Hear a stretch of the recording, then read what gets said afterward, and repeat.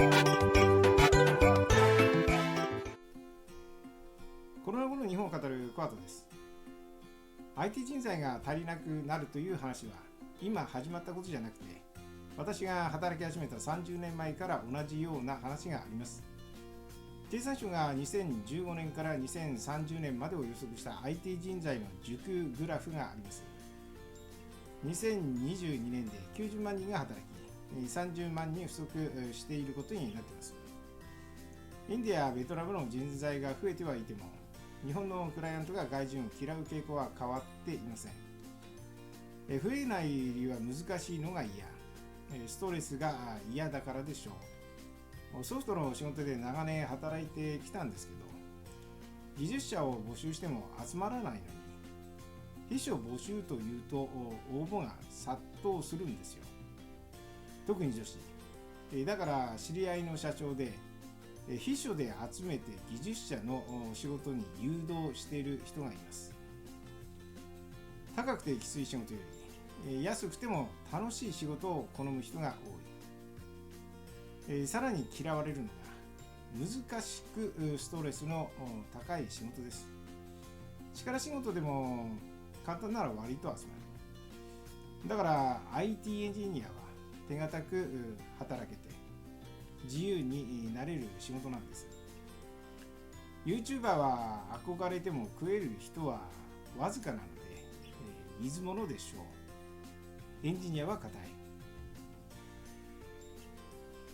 IT は職種で収入が変わります。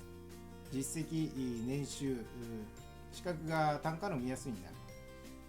職種別の収入がネットでも上がっていて、いくつか見るとコンサルタントとプロジェクトマネージャーが高い。年収の分布を見ると300万円から600万円の層が7割です。800万円以上は 5% ぐらいなんです。社員とフリーランスでも違う。フリーは短期が多いので割高です。私は37歳の時に英国に MBA 留学したんですけど、その前は多い時で800万円でした。フリーになっての5年間平均だと600万円ぐらいです。留学後の3年間平均が1000万円で、その後10年以上続いて多い時で1500万円でした。収入が2倍になった。 IT プラス MBA 留学だと上位 1% に入る。さらにプロジェクトマネジメントの資格を取ると高収入の IT コンサル PMO 案件を英語でできることになる。これってニーズがある割に人がいない。だから手堅く収入が上がるんです。サップ案件の単価というのがあって、経験年数ごとに上がる。サップ案件は多いので MBA 留学に PM 資格がつくと硬いですよ。金融もいける。DX 案件は多いのでエージェントは競って、探している。英語ができる人は大勢いるんです。翻訳や通訳の人は不足していない。